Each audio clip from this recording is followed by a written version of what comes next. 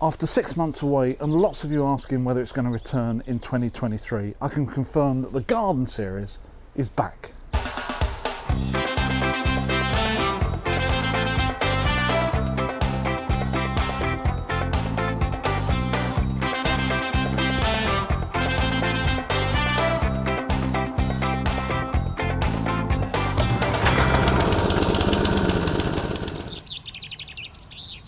It won't be long before spring is here and the higher temperatures make everything come back to life. So today I'm starting this year's garden series with a quick look around to describe some of the projects you'll see me carry out over the next few months. So let's start by having a look at the lawn.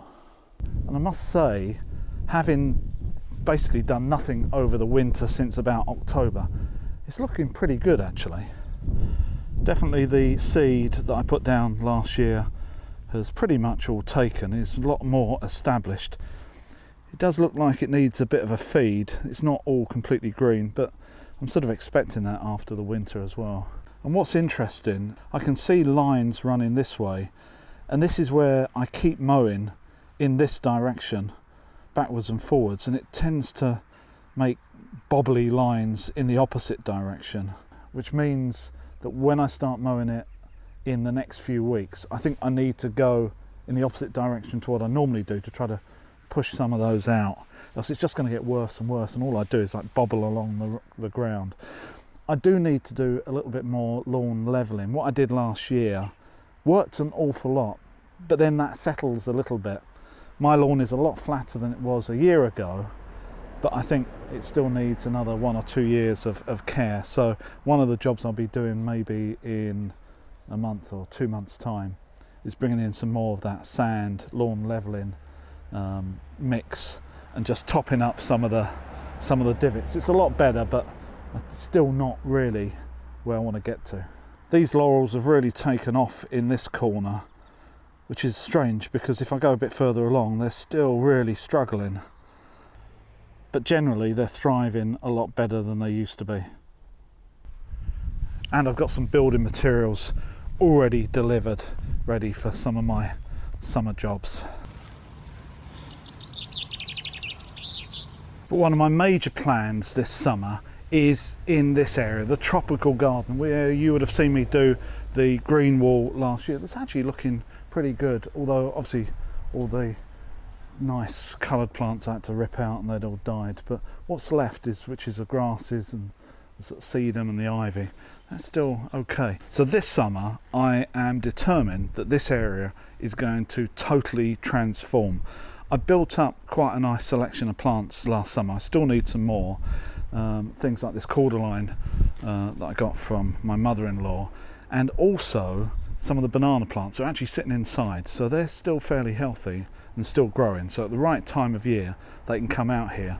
My plans for this whole area is to essentially take up most of the grass here and level it out, and that's been one of my problems.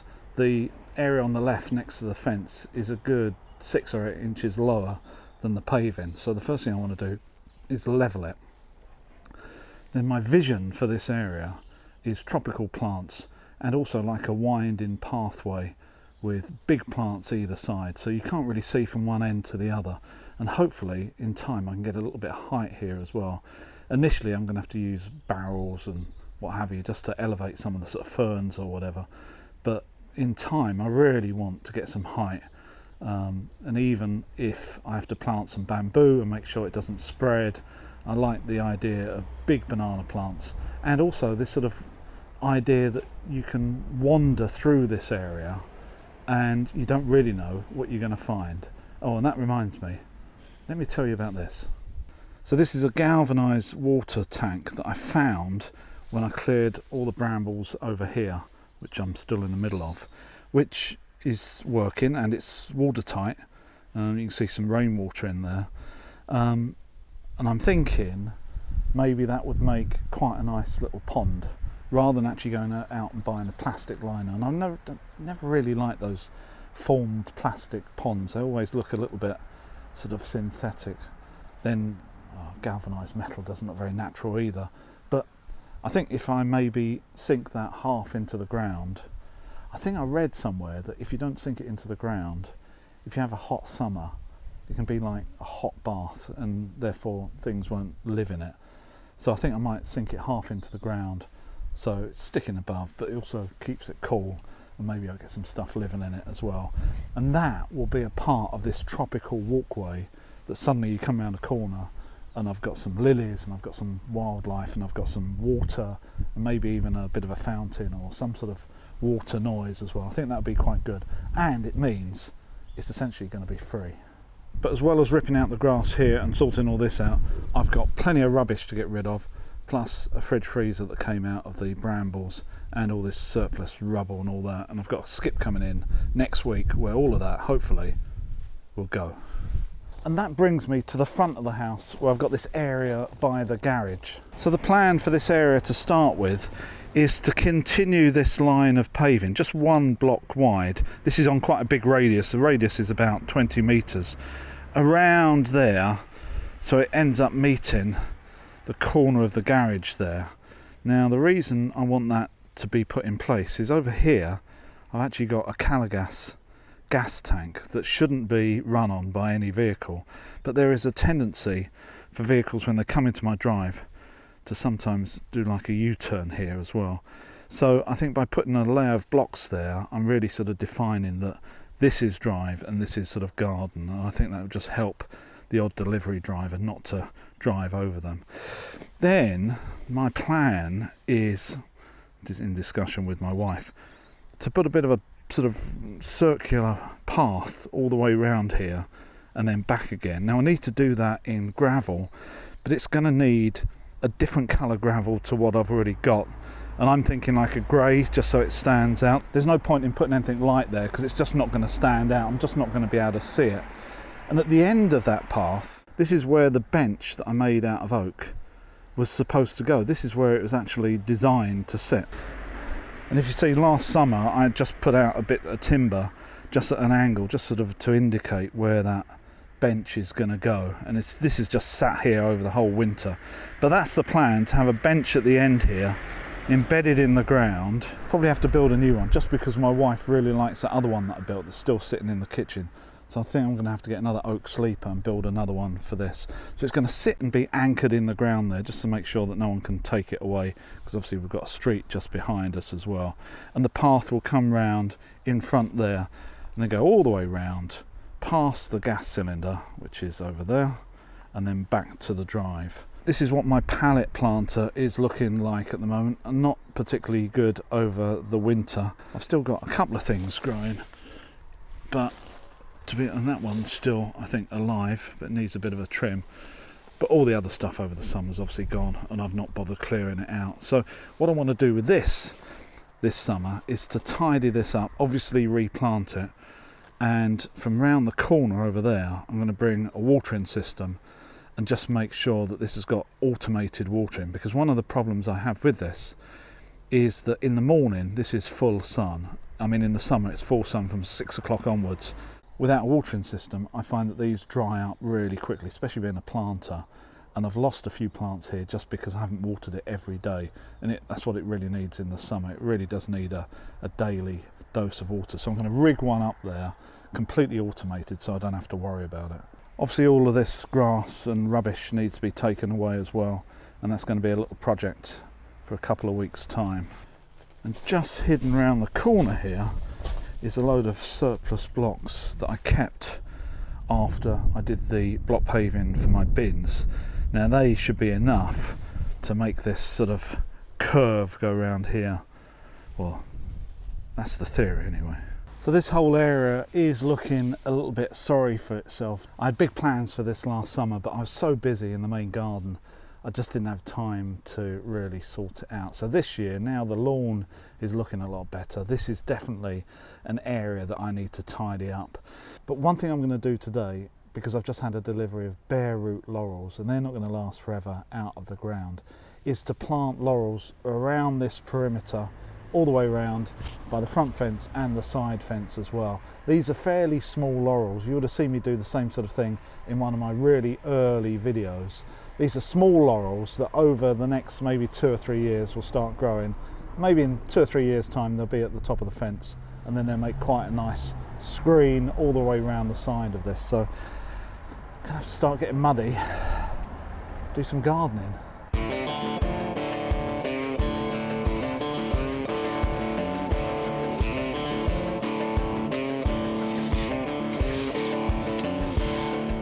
Here I'm planting some laurel hedging just to provide a bit of screen in front of this fence, and I'm using the garden auger bit on my drill, which I bought for less than £20 a couple of years ago, and I've used so much I think it was a great investment. I'll put a link to it in the description below. If you need a hedge for a new property, say, bare root laurels are a really affordable way of achieving this in time. I bought 50 here through the post, which cost me £45, so less than £1 each. I suppose the only drawback is that they do take time to grow and establish. However, if you want to buy bigger laurels from a garden centre, expect to pay around £15 for them, which, if you're planting them like me at 400mm centres, would soon add up to a significant investment.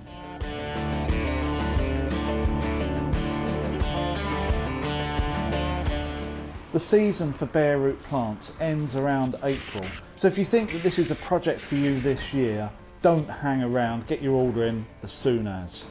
Rather than clearing the area properly, I'm just trying to get them in the ground for now. You need to get in bare root plants within a few days or the roots will die out and they'll die, so I'm just trying to get them in the ground. And after walking backwards and forwards to the wheelbarrow for a bit, I suddenly realised that I can actually move it nearer to me to help speed things up. Sometimes this takes me a little bit of time to work out.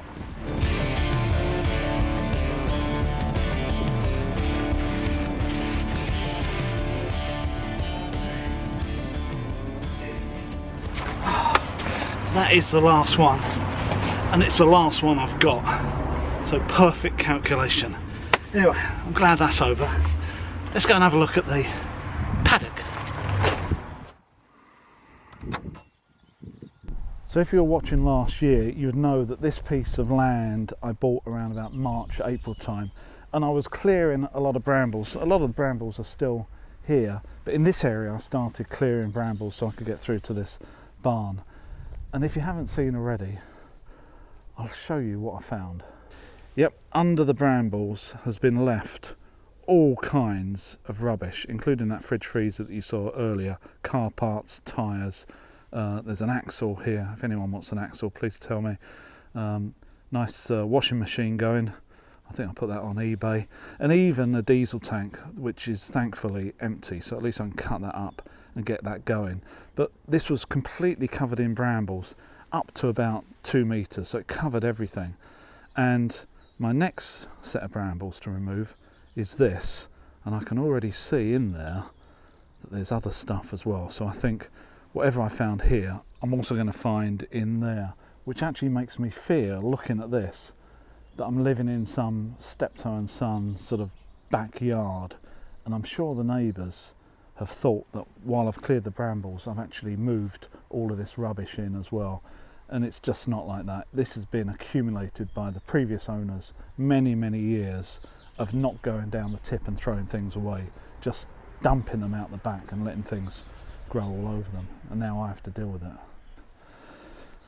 So I've got televisions, plastic, metal, car parts, polystyrene, tarpaulins, bottle of bleach. What's in here? That looks like a cylinder of a washing machine. Some more metal stuff, maybe a wheelbarrow. I'm not going in the barn today, you've seen all of that, and I've got enough on my plate rather than finding even more work. But one area that I do need to attack is this area here down the side of the barn, and it actually feeds onto the little country lane right next to my property.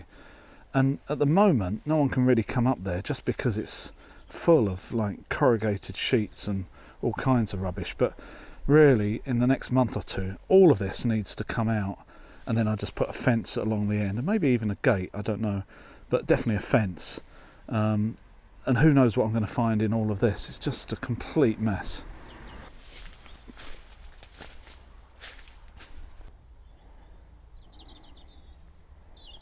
But at least I've got somewhere to tie my horse to. That's handy, isn't it?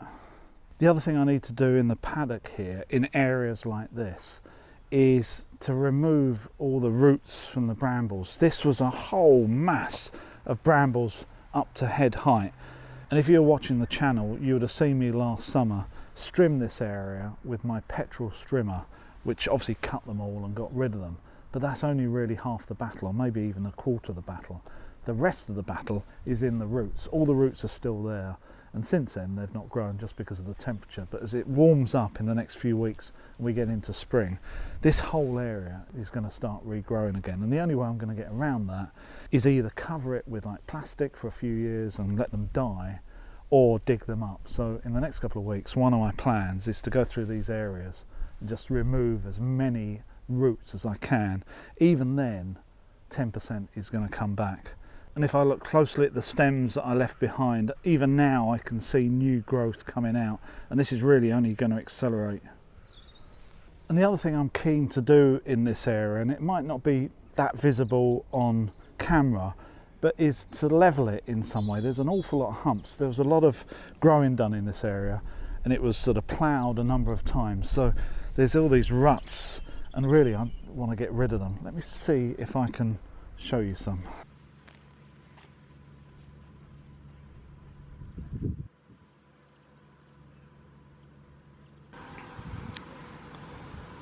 You can see along here, just next to the neighbours, back of the neighbour's property, I've got this sort of mound. It's maybe about half a metre high, where material from over here has just been pushed up out the way. It goes all the way up there. So really I want to take some of this material and help it fill in some of the valleys where it's been over the years pushed away from. But I'm not doing that by hand. But one thing I don't have to do is to put a fence in, because my new next door neighbour has just put this new post and rail fence all the way around his property, because he's looking to put horses on here. So that's really good, and it goes all the way around the back of my field. And to be honest with you, the whole lot is looking a lot smarter than it was last summer when no horses were here, no one really cared.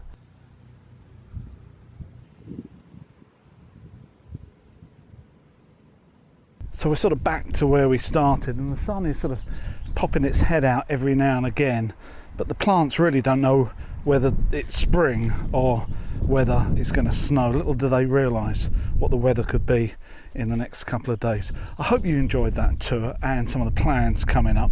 I'm excited, Gnome is excited, and I hope you're looking forward to the summer as well. So make sure you subscribe and hit that bell icon so you can see all the videos coming out over the summer period, and I will do my best to do things early, which gives you time to plan and do them yourselves as well. And remember, you can always join us over at Patreon and get even more videos and updates as well. So I hope you enjoyed this video, and I will see you next time.